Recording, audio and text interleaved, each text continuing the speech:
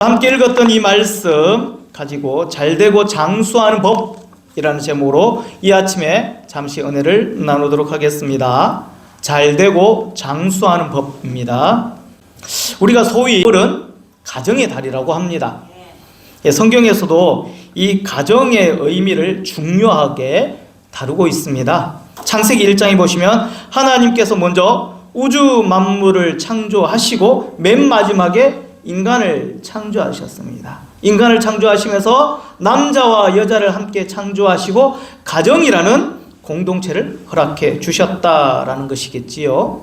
하나님께서는요, 인간을 위해 제일 처음에 에덴 동산을 창조하셨고 마지막으로 가정을 창조하셨습니다. 그러니까 가정이라는 것은 하나님의 이 창조 사역의 이 절정의 하이라이트다라고 이렇게 이야기할 수 있다는 것이지요. 그만큼 하나님 입장에서도 이 가정은 꼭 필요했다라는 것입니다. 마무리를 가정이라는 것을 창조하시고 그렇게 창조 사역을 마무리하셨다라고 성경은 기록하고 있다는 것이지요.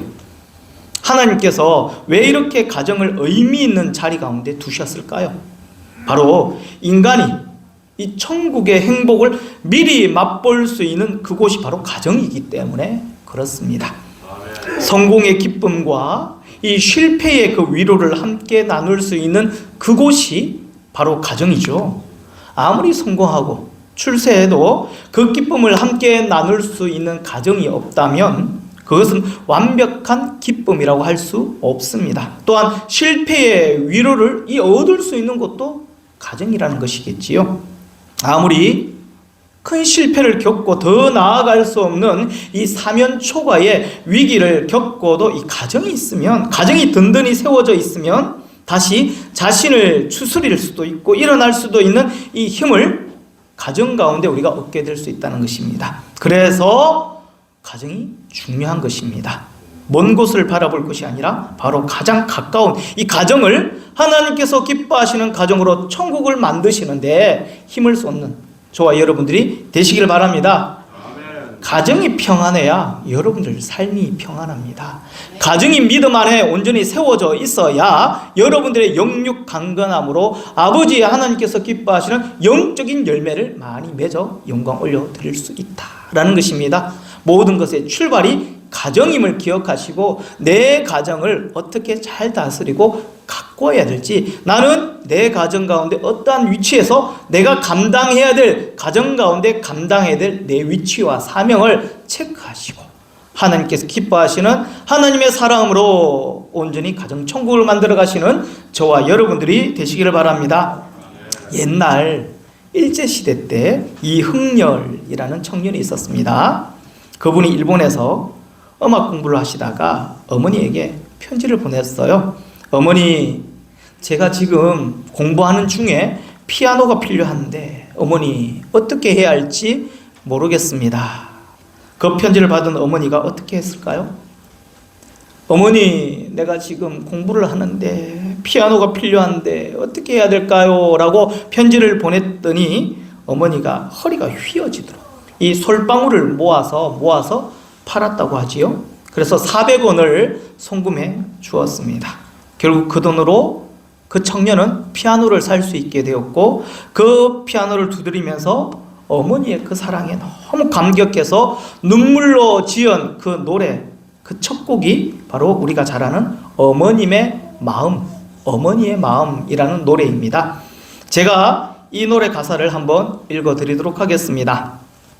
여러분들 잘 아시잖아요. 나실제 괴로움 다 잊으시고 기르실제 밤낮으로 애쓰는 마음, 진자리 마른 자리 갈아 누시며 손발이 다닳도록 고생하시네. 하늘날에 그 무엇이 넓다하리요. 어머니의 희생은 가히 없어라.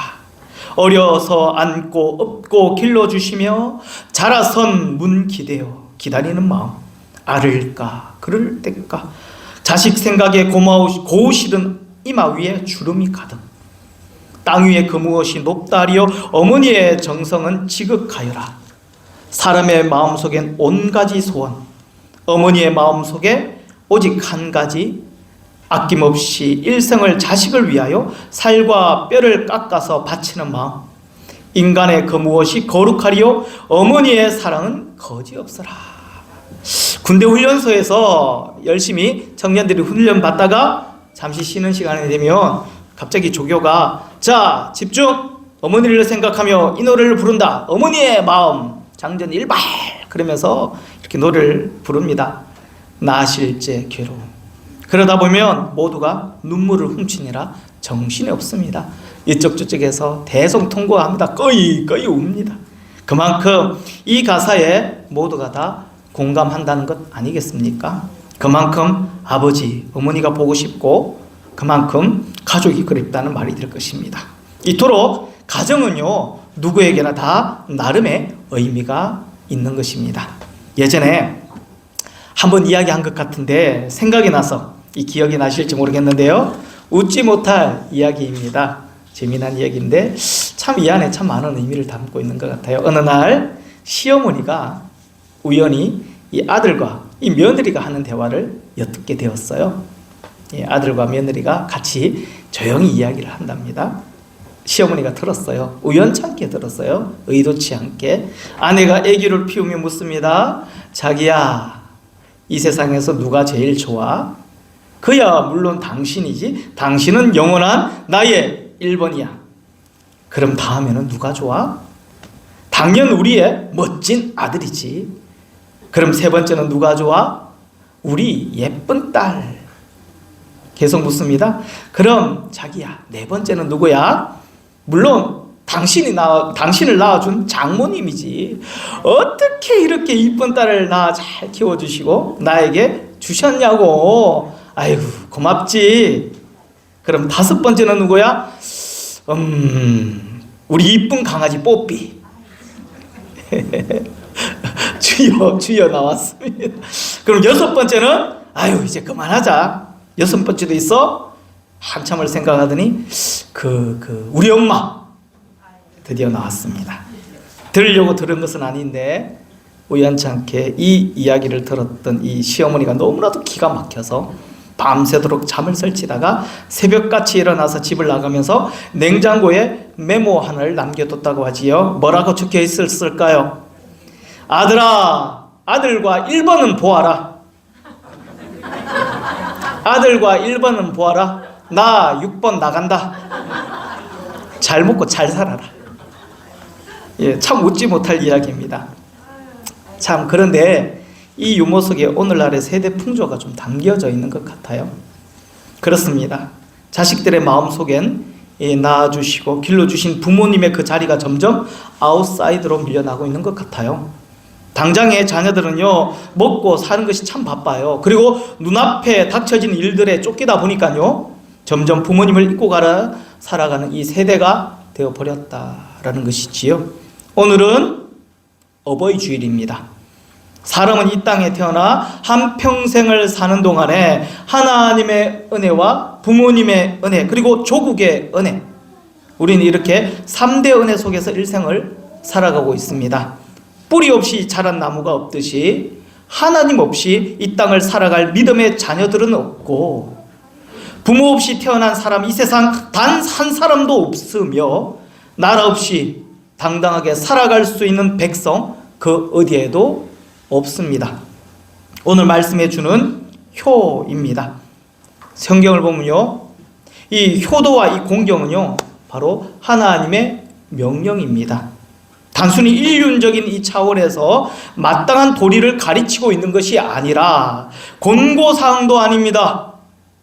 지엄하신 하나님의 명령에 해당되는 것이지요. 사랑하는 성도 여러분, 기독교를 오해하는 사람들 중 많은 사람들이 우리가 이 죽은 조상들에게 제사를 드리지 않는다라는 이유로 기독교인들을 그리스도인들을 파렴치한 이 후손으로 몰아세우는 경우가 있습니다. 몰라서 무식해서 하는 소리입니다. 기독교는요, 살아 생전에 부모님을 잘 섬기라고 가르치는 종교가 바로 기독교이라는 사실이지요. 아멘. 기독교가 불효하는 종교가 아닌 증거가 먼저 이 10계명 중에서 내 부모를 공경하라고 당당하게 교훈하고 있습니다. 성경에는 약 600여 가지의 이 계명이 있는데 그 중에 가장 기본적인 계명, 바로 10계명 안에 내 부모를 공경하라고 당당하게 기록되어져 있다는 사실입니다. 오늘 오후 예배 시간에도, 오후 예배 이후에 2시에 예배 시간에도 이 10계명에 대해서 함께 다룰 텐데, 이 10계명은요 크게 두 가지로 주제를 나눌 수가 있습니다. 첫째는요, 하나님과 관계에 있는 이 명령으로서 제1계명부터 4계명까지가 여기에 해당됩니다. 성경책 여러분들 제일 뒤에 보시든지 찬송가 지금 제일 뒤에 보시면 이 10계명이 나와 있습니다. 보면서 들으셔도 됩니다. 둘째는요, 사람과의 관계가 있는 명령으로서 제5계명부터 10계명까지 기록되어져 있습니다. 1계명부터 4계명까지는 하나님과 관련이 있는 계명, 5계명부터 10계명까지는 사람과 관계가 있는 계명, 명령으로 기록되어져 있다는 것이지요. 출애굽기 20장 12절에 보시면 내 부모를 공경하라, 그리하면 네 하나님 여호와가 네게 준 땅에서 내 생명이 길리라 라고 말씀하고 있으며, 신명기 5장 16절에서도 너는 네 하나님 여호와의 명령대로 네 부모를 공경하라, 그리하면 네 하나님 여호와가 내게 준 땅에서 네가 생명이 길고 결국에는 복을 누리리라고 말씀하고 있습니다. 즉 부모님을 공경하는 것은요 10계명 중 5계명으로서 사람과의 관계가 있는 그 계명 중에 첫 계명에 해당된다라고 할 수가 있겠지요. 그래서 오늘 본문에서도 2절 말씀해 보시면 사도 바울은 뭐라고 말씀하고 있습니까? 내 아버지와 어머니를 공경하라, 이것은 약속이 있는 첫 계명이다 라고 이렇게 말하고 있다는 것입니다. 그래서 오늘은 어버이 주일을 맞이해서 하나님께서는 우리가 부모님들에게 어떻게 하라고 명령하시는지 3가지 주제로서 나누어서 한번 은혜를 한번 나눠보도록 하겠습니다. 그리고 혹시 여러분들, 우리 어르신들 중에서는요, 나는 현재 부모님이 계시지 않습니다, 육의 부모님은 돌아가셨습니다 라고 하는 분이 계신다면, 여러분들 우리에게는요 육의 부모님도 계시고 영의 부모님도 계십니다. 자, 그렇다면 우리 육의 부모님은 돌아가셨고, 그러면 영의 부모님은 누구신가요? 여러분들의 영의 부모님은 누구셔요? 하나님, 아빠 아버지 되시는 하나님이 계신다라는 사실입니다. 그렇다면 오늘 말씀을 통해서 나는 육의 부모님이 계시지 않아 라고 하시는 분들이 계시다면, 아빠 아버지 되신 하나님 앞에 자녀된 나로서 어떻게 해야 하는지 교훈 삼아 또한 함께 은혜를 누리시기를 바랍니다. 첫 번째, 하나님께서는요 부모님을 생각하는 것은 인간을 향한 약속이 있는 첫 번째 계명으로 말씀하셨습니다. 하나님께서는 우리 인간을 보실 때 인간다움의 우선적 요건은요 부모님께 감사하고 그 은혜를 갚는 것을 바로 인간다움의 첫걸음이다라고 말씀해 주신 것이지요. 그런데 이 계명은요 유일하게 적극적인 계명입니다. 10계명 중에서 사람과 관계에 있는 이 다른 계명들 안에서는요 다 하지 말라 라고 기록되어져 있지만, 부모님에 대한 공경에 대한 부분들은 바로 무엇 하라 라고 명령하고 계신다는 것이지요. 그러니까 해야 될 것과 하지 말아야 될 것 중에서 부모님에 대한 부분들은 반드시 해야 할 것임을 명시하고 있는 것입니다. 그렇다면 우리는 왜 부모님을 공경해야 할까요? 오늘 말씀 본문 1절에 보시면 자녀들아 주 안에서 너희 부모에게 순종하라, 이것이 옳으니라 말씀하고 계시지요. 이것이 옳으니라 라는 이 말에서 헬라 원문을 보시면, 왜냐하면 이것이 옳기 때문이다 이렇게 기록되어져 있습니다. 부모 공경은요 다른 데 있지 않습니다. 부모에게 무엇을 바라서가 아니라 바로 그것이 옳기 때문에 그렇게 하라고 성경은 지적해서 정확하게 말씀하고 계시는 것입니다. 여러분, 봄이 오면 눈이 녹고 꽃이 피는 것은 당연합니다. 이게 자연의 섭리이고 이치고 순리입니다. 5월이 되었는데도 불구하고 싹이 나지 않고 활력이 없으면 그것은 이미 죽은 나무입니다. 그러므로 자녀들이 부모님을 공경해야 되는 이유는요, 다른 말 할 필요가 없이 당연하기 때문에, 이것이 맞고 옳기 때문에 그렇게 해야 된다라고 성경은 당연시 우리 가운데 명령하고 계시는 거예요. 우리는요, 생명을 부모님을 통해서 받았습니다. 그리고 부모님은 우리의 인생의 스승이자 우리의 멘토가 되십니다. 비록 이 부모님에게 학문적 지식을 배우지는 못했다 할지라도 나에게 생명의 기본 원리를 가르쳐 주신 분들이 바로 그분들이셔요. 그리고 또한 우리들에게 인생의 언어를 가르쳐 주셨습니다. 인간됨의 기본됨을 가르쳐 주셨다는 것이지요. 부모님들은요, 자녀들을 위해서 아낌없이 다 주시는 분이십니다. 세상에 그 누가 아낌없이 우리 가운데 다 퍼내어 줄 수 있을까요? 오직 부모님만이 자녀들에게 아무런 대가 없이 주고 떠나가는 분들이십니다. 작년에 제가 이곳에 부임하기 바로 직전에 저희 아버님이 소천하셨습니다. 아직까지 아버님의 그 여운이 저에게는 고스란히 남아 있습니다. 말씀을 준비를 하면서 또한 며칠 전 어버이날을 보내면서 아버지가 말씀하셨던 것, 웃으셨던 모습, 우시며 기도하셨던 모습, 야단치시고 혼내셨던 모습, 칭찬하며 병윤아 병윤아 이뻐해 주셨던 모습, 그리고 품어주셨던 그 기억까지 하나하나 다 생각이 나더라고요. 여러분, 부모님은 사랑이십니다. 하나님 아버지는 사랑이십니다. 그 부모님의 그 사랑을 영원토록 여러분들 가슴 가운데 묻어두시고 잊지 않는 저와 여러분들이 되시기를 바랍니다. 아멘. 우리의 영의 아버지 하나님도 우리 가운데 사랑으로 나타나셔요. 사랑하는 내 딸아, 내 아들들아, 내 사랑을 너희들이 받아주려무나. 그 사랑을 잊지 말라고 말씀하시는 그 사랑 가운데 온전히 여러분들의 사랑이 완성체가 되시기를 예수님 이름으로 축복합니다. 그렇다면 두 번째로 우리는 부모님께 어떻게 공경해야 될까요? 1절의 말씀 보시면요, 순종하라고 말씀하고 계시지요. 순종은요, 순순히 따르는 것을 의미하고 있습니다. 그리고 순종은요, 계속적인 이 진행의 의미를 가지고 있는데, 다시 말하면 한 번만 순종하는 것이 아니라 계속 순종하는 것을 의미하고 있다는 것이지요. 마틴 루터는요, 부모는 하나님의 대리자, 누구의 대리자? 하나님의 대리자라고 이야기를 했습니다. 부모님의 말에 순종하는 자가 하나님의 말씀에 순종하는 자요, 하나님을 기쁘시게 하는 성도입니다.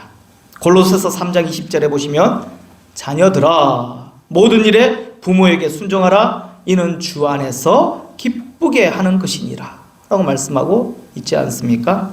여기에서 순종이란 말은요, 헬라어로 이 히파쿠오라고 합니다. 이 말은 기본적으로요, 귀 기울여 듣다, 한마디도 한 말씀도 내가 놓치지 않겠다라는 이 의미가 포함되어져 있습니다. 그러니까 순종이란 그 말은요, 거창한 그 무엇을 의미하는 것이 아니라 부모님의 말 가운데 귀 기울여 내가 듣는 것에서부터 순종하는 것을, 듣는 것에서부터 시작하는 것을 순종이라 말씀하고 있다는 것입니다. 사실요, 우리가 노부와 노모와 같이 이야기를 할 때, 어르신들 부모님들과 이야기할 때에 말씀 이해 안 될 때가 있고, 이 시대적 착오로 말미암아 납득이 되지 않을 때가 많습니다. 부모님이 항상 라떼는 이라고 하니까, 아유 엄마 아빠 제발 그 이야기 지금 벌써 수십 번 피가 날 정도로 들으면 이제 그만해 라고 할 때도 있다라는 것입니다. 그래서 이 부모님의 그 이야기 쓸데없는 잔소리라고 생각해서 우리가 무시할 때도 있고, 심지어는 그 말씀에 정면으로 반박하기도 합니다. 18세기 영국의 시인이자 저명한 문학가였던 사무엘 존슨이라는 사람이 있었어요. 그는요, 어느 무더운 더운 이 여름날 길거리 한쪽에 서서 홀로 몇 시간 그 자리에 움직이지 않고 계속 그 자리에 서 있었다고 합니다. 사람들이 지나가면서 안녕하세요 라고 인사를 하거나 말을 걸어도 그분은 아무런 대답도 하지 않고 그냥 그 자리에서 서서 쭉 그 자리에 서서 하염없이 눈물만 흘리고 있었던 거예요. 반나절쯤 지났을까? 뭔 일이 있나 싶어서 걱정이 되었던 이 제자가 다가와서 묻습니다. 이유를 묻습니다. 선생님, 혹시 무슨 일 있었나요? 제가 뭘 도와드리면 될까요? 그때 이분이 이렇게 대답했다고 하지요. 사실은 50년 전 우리 아버지가 이 자리에서 헌책 장사를 하셨는데, 그날도 장사를 위해서 헌책 그 장사하기 위해서 몸을 이렇게 세우셨지만 몹시 이렇게 안 좋으셨는지 나에게 아들아, 오늘 하루만 여기에 나와서 장사해 줄 수 있지 않겠니? 라고 물으셨지. 그때 나는 아버지가 이곳에서 헌책 장사를 하는 것도 창피했고 내가 어떻게 그런 일을 할 수 있겠냐고 화를 내면서 단호하게 그 아버지의 그 요청을 거절했지. 그런데 아버지는 그날 이후 급격하게 몸이 더 아파지시더니 결국에는 돌아가셨다네. 이 자리에 서게 되면 항상 그때 그 기억들이 나를 떠나지 않아. 아파하시면서 슬퍼하셨던 아버지의 그 눈빛, 그래서 나는 지금 이 자리를 떠날 수 없다네. 사랑하는 성도 여러분, 50년 지난 후에 이 아버지의 부탁을 거절한 자신의 그 행동을 잊을 수 없었던 이분의 한번 이야기를 기억해 주시기 바랍니다. 그렇습니다. 사랑하는 성도 여러분, 부모님에게 순종하는 것도 다 때가 있습니다. 그때를 놓치면 안 돼요. 깨닫고 나면 때늦은 후회가 되는 일을 우리 모두는 하지 않기를 바랍니다. 부모님께 순종하십시다. 말을 끝까지 다 잘 듣고, 그리고 부모님의 이 스트레스라도 그래서 풀리게 해 드리십시다. 이것이 바로 공경이라는 것이에요. 그렇다면 여러분, 공경이란 말은 무슨 뜻을 가지고 있을까요? 이 말은 헬라어 원어로 티마라고 하는데 구약 성경에서는요 히브리어로 카베드라고 합니다. 이 카베드라는 이 말은요 무겁다라는 뜻을 가지고 있어요. 그러니까 눌러서 무겁게 해서, 이 공경이라는 말은 무게 있게 자중하게 좀 더 생각을 해보고 의미 있게 존중하라라는 의미를 가지고 있다라는 것입니다. 다시 말해서 우리가 부모님을 공경한다라고 하는 것은 부모님을 우리 마음에서부터 인정을 하고 존중하는 것에서부터 시작하는 것을 공경이라고 하고 있다는 것이지요. 오늘날 이 자식들이 부모를 귀찮게 여기는 사람들 참 많이 있습니다. 부모님을 생각하면서 부모님의 마음을 아픔을 주고 상처를 주는 그 자녀들, 그래서 부모님들을 큰 부담이고 짐처럼 여기는 사람들 또한 젊은 세대들 중에서 있다라는 것이겠지요. 사랑하는 성도 여러분, 그러나 공경은 부모님을 존중하는 데서부터, 권위를 인정하는 데부터 시작된다는 것을 잊지 마시기 바랍니다. 여러분들의 부모님을 귀하게 여기시고 존중해 드리시기를 바랍니다. 그래야 복을 받습니다. 부모님들은 때로 자식 생각에 할 말씀도 하지 못할 때가 있습니다. 때로는 속마음과 이 다른 말씀을 하실 때도 많이 있다는 것이겠지요. 그래서 공경은 부모님의 속마음을 헤아려서 그 마음을 흡족하게 해드려야 하는 것입니다. 심순덕이라는 분의 시를 잠시 읽어드리도록 하겠습니다. 제목은 엄마는 그래도 되는 줄 알았습니다 입니다. 엄마는 그래도 되는 줄 알았습니다. 한번 들어보십시오. 엄마는 그래도 되는 줄 알았습니다. 하루 종일 밭에서 죽어라 힘들게 일해도 엄마는 그래도 되는 줄 알았습니다. 찬밥 한 덩이로 대충 부뚜막에 앉아 점심을 때워도 엄마는 그래도 되는 줄 알았습니다. 한겨울 냇물에서 맨손으로 빨래를 방망질해도 엄마는 그래도 되는 줄 알았습니다. 배부르다, 생각 없다, 식구들 다 먹이고 굶어도 엄마는 그래도 되는 줄 알았습니다. 발 뒤꿈치 다 해줘 이불이 소리를 내도 엄마는 그래도 되는 줄 알았습니다. 손톱이 깎을 수 없을 조차 닳고 문드러져도 엄마는 그래도 되는 줄 알았습니다. 아버지가 화내고 자식들이 쏙쏙여도 끄떡없는 엄마는 그래도 되는 줄 알았습니다. 외할머니가 보고 싶다, 외할머니가 보고 싶다. 그것이 그냥 넋두리인 줄만 한밤중에 자다 깨어 방구석에서 한없이 소리 죽여 울던 엄마를 본 후론 엄마는 그러면 안 되는 것이었습니다. 그렇습니다. 자식들은요, 부모님의 마음을 몰라도 너무 모를 때가 많습니다. 효도를 한다고 해도 다 자기 좋으라고 효도할 때가 있다라는 것이겠지요. 남에게 보이려고 효도할 때가 있습니다. 사랑하는 성도 여러분, 우리 다음 세대 친구들, 부모님의 마음을 헤아려 드리시기를 소망합니다. 여러분, 부모님이 여러분들에게 모든 말들 다 못할 때가 있어요. 그때 어머님, 아버님의 마음을 한번 헤아려 보시기를 바랍니다. 세 번째는 부모님을 공경하면 어떤 축복을 받는가입니다. 오늘 말씀 3절에 보시면 이는 네가 잘되고 땅에서 장수하리라 라는 말씀이 나오지요. 부모님께 순종한 결과가 형통과 이 장수라고 성경에는 분명히 기록하고 있습니다. 성경에서는요, 이 형통이라는 이 말씀 몇 개가 나오지요. 몇 안 됩니다. 시편 128편에서는 여호와를 경외하는 자는 형통하리라 하고 말씀하셨고, 시편 122편에서는 예루살렘을 사랑하는 자는 형통하리라. 역대상 22장에서도 내 모든 규례와 법도를 행하면 형통하리라. 그리고 오늘 말씀 안에서도 부모를 순종하면 형통하리라 이렇게 말씀하고 계십니다. 형통의 그 축복, 부모를 순종하면 형통해 되리라. 막히느냐, 힘드느냐, 어려우냐, 형통을 원한다면 부모님을 살펴봐라. 그 마음을 살펴봐라, 헤아려 봐라 라고 성경에서 분명히 말씀하고 계신다는 것이지요. 이 장수는요, 구약에서 하나님의 축복으로 통칭되어집니다. 창세기 15장 15절에 보시면 아브라함에게 너는 장수하다가 평안히 조상에게로 돌아가 장사될 것이다 라고 말씀하고 계십니다. 사랑하는 성도 여러분, 그래서 자녀들이 형통하고 잘되고 장수하기를 원하십니까? 아니, 내가 형통하고 장수하고 잘되기를 원하십니까?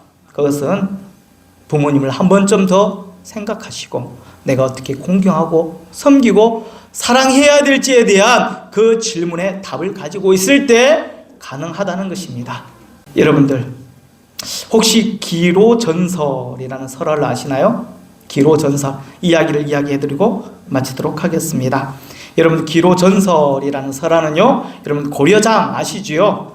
옛날에 사람이 나이가 들면 그를 산중에 이렇게 가져다 버리는 풍습입니다. 이것은 사실과 다른 이 설화라고 전해 내려온 그냥 이야기라고 하지요.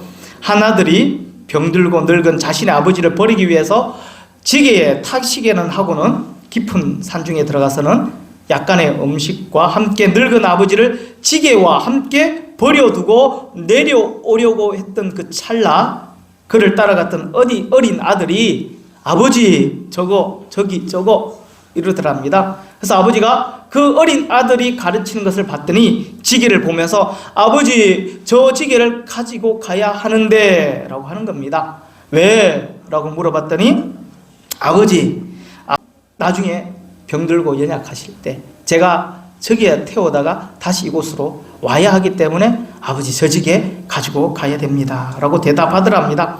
이 말에 아버지는 큰 충격을 받았다고 하지요. 그리고 뉘우치고 넓은 아버지를 다시 집으로 모셔간 뒤에 잘 복양했다라는 이야기입니다. 여러분들, 부모를 공경하면 공경받습니다. 부모를 사랑하면 사랑받습니다. 부모를 축복하면 축복받습니다. 우리가 어떻게 해야 될지 잘 생각해 보시기를 바랍니다. 오늘 말씀 한 번 더 읽어드리고 마치도록 하겠습니다. 자녀들아, 주 안에서 너희 부모에게 순종하라. 이것이 옳으니라. 내 아버지와 어머니를 공경하라. 이것은 약속 있는 첫 계명이니 이로써 네가 잘되고 땅에서 장수하리라. 할렐루야. 기도하시겠습니다.